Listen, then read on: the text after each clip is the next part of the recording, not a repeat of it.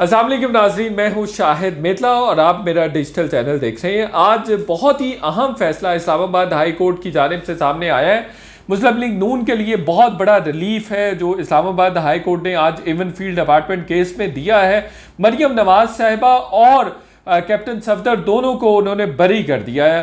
Captain Safdar को इस case में 1 साल की सज़ा हुई थी, मरियम नवाज साहिबा को 7 साल की सज़ा हुई थी और 2 दफ़ा मरियम नवाज को जेल भी जाना पड़ा था। और हमने देखा था कि एक मरतबा उनको नवाज शरीफ के सामने जब वो वहाँ लाहौर में कोट लखपत जेल में नवाज शरीफ साहब से मिल रही थी तो उनको उस वक्त गिरफ्तार किया गया था। और ये बड़े तकलीफ दह मनाजिर थे, किसी भी बाप के लिए बहुत तकलीफ दह मनाजिर हो सकते हैं, बहुत तकलीफ दह ये मरहला हो सकता है कि उसकी बेटी को उसके सामने गिरफ्तार कर लिया जाए।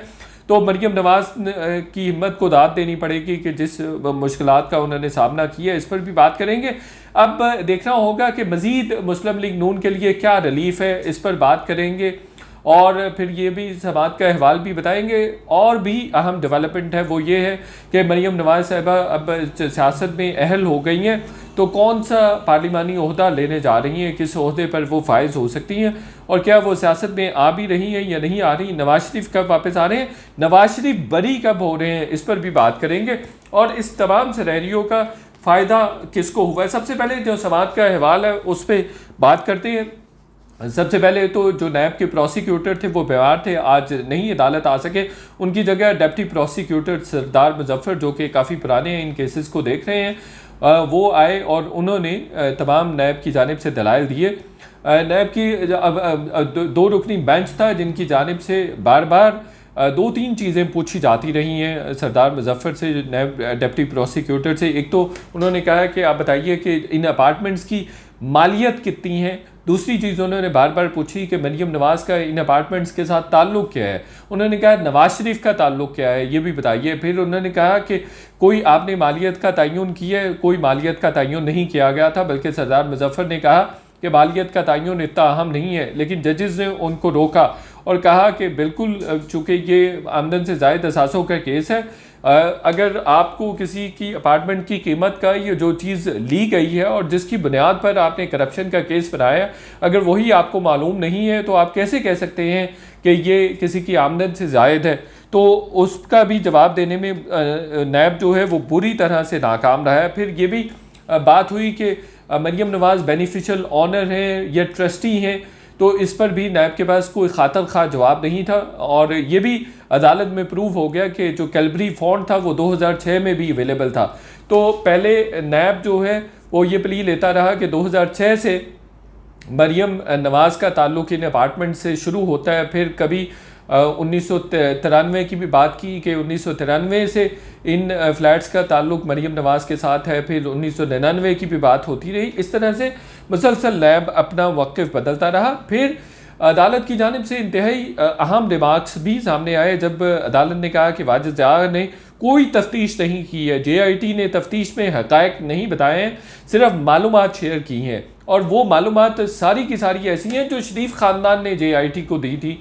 शरीफ ख़ानदान की दी हुई मालूमात पर उन्होंने केस बनाकर और ये एलेज किया कि ये अपार्टमेंट्स आमदन से ज़ायद असासों से ख़रीदे गए हैं, इसलिए उनको नाअहल कर दिया जाए। तो ये भी बहुत अहम रिमार्क्स थे। ताहम इस पर नैब डिप्टी प्रोसिक्यूटर की जानिब से ये बात ज़रूर की गई कि वाजिद ज़िया एज़ गवाह के तौर पर इस्लामाबाद हाई कोर्ट में पेश हुए थे। चूँकि इससे पहले वो तफ्तीशी के तौर पर काम कर रहे थे, तो अदालत ने कहा बतौर तफ्तीशी तो उन्होंने कोई ऐसी ख़ास बात जो है, ख़ास फाइंडिंग्स जो है वो तलाश करने में कामयाब नहीं हो सके। फिर इस्लामाबाद हाई कोर्ट के दोनों जजेस बार बार पूछते रहे हैं कि आप नवाज शरीफ का इन अपार्टमेंट्स के साथ ताल्लुक़ जोड़िए, चूँकि ये दादा और पोते के दरमियान एक ट्रांजैक्शन थी, तो आप नवाज शरीफ का भी ताल्लुक़ इन अपार्टमेंट्स के साथ जोड़ने में नाकाम रहे हैं। इस तरह की सुबकी का आज नैब को सामना करना पड़ा है। और उसके बाद फिर अदालत की जानिब से पहले उन्होंने फ़ैसला महफूज कर लिया और उसके बाद फ़ैसला सुना दिया गया और कैप्टन सफदर, मरियम नवाज दोनों को बरी कर दिया गया। तो जो आज के रिमार्क्स थे वो बड़े अहम थे। उसमें नैब नवाज शरीफ के साथ भी इन अपार्टमेंट्स का ताल्लुक़ जोड़ने में नाकाम रहा है। कोई ऐसी दस्तावेज़ मौजूद नहीं थी। अदालत ने कहा कि आपको जो लेटर 2 लेटर बरतानिया से मौसूल हुए, आप उन्हीं पर डिपेंडेंट हैं, आपकी अपनी कोई तफ्तीश नहीं है, आपके पास कोई ऐसा डॉक्यूमेंट नहीं है जिससे ये साबित हो सके कि मरियम नवाज़ बेनिफिशियल ऑनर है या नवाज शरीफ का इन अपार्टमेंट्स के साथ क्या ताल्लुक़ है। ये तमाम बातें वो हैं जो शरीफ फैमिली ने आपको बताई, JIT में बताई गई, आप उन्हीं को बुनियाद बनाकर आपने केस बना दिया था, तो आपकी अपनी फाइंडिंग्स नहीं है।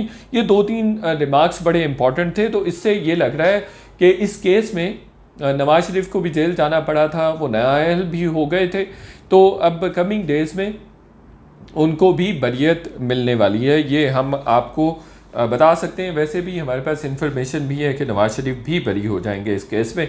अच्छा, दूसरा, मरियम नवाज़ ने आज प्रेस कॉन्फ्रेंस भी की है इस्लामाबाद हाई कोर्ट के बाहर, जब वो बरी हुई, इस पर भी बात करेंगे। अब मरियम नवाज़ के लिए बहुत अहम जर्नी स्टार्ट होने जा रहा है। हमारी इत्तलात के मुताबिक मरियम नवाज़ सियासत का आगाज़ करने जा रही हैं। क्या वज़ीर आला की वो मजबूत कैंडिडेट हो सकती हैं? बिल्कुल, वो पंजाब में वज़ारत आला के लिए मजबूत कैंडिडेट हैं, लेकिन उन्होंने कहा है कि इसका फ़ैसला नवाज शरीफ करेंगे और कि मुझे सूबाई असम्बली में आना है या नेशनल असम्बली में मुझे काम करना है। तो मेरे ज़राए तो ये बता रहे हैं कि वो वज़ारत आला के लिए मजबूत कैंडिडेट हैं। इसके अलावा ये तमाम जो सिलसिला शुरू हुआ था 2016 से ख़राबी का, जुलाई 2018 में मरियम नवाज़ और नवाज शरीफ को जेल जाना पड़ा था, तो बेसिकली बुनियादी तौर पर पानामा लीक से ये सिलसिला शुरू हुआ था। अप्रैल 2016 में पानामा आया और उसके बाद अदालतों में इनके केसेस शुरू हो गए, JIT बनी, आप सब ने देखी। तो जो ख़राबी का एक तरह से सिलसिला 2016 में शुरू हुआ था, वो अब इसहाक डार की वापसी और मरियम नवाज़ की बरियत से दोबारा से ठीक होना शुरू हो गया है। तो इसको यूँ कहा जा सकता है कि सिस्टम हील होना शुरू हो गया है। तो वीडियो अगर आपको पसंद आई है तो इसको शेयर भी करें, चैनल को सब्सक्राइब भी कीजिए। शुक्रिया।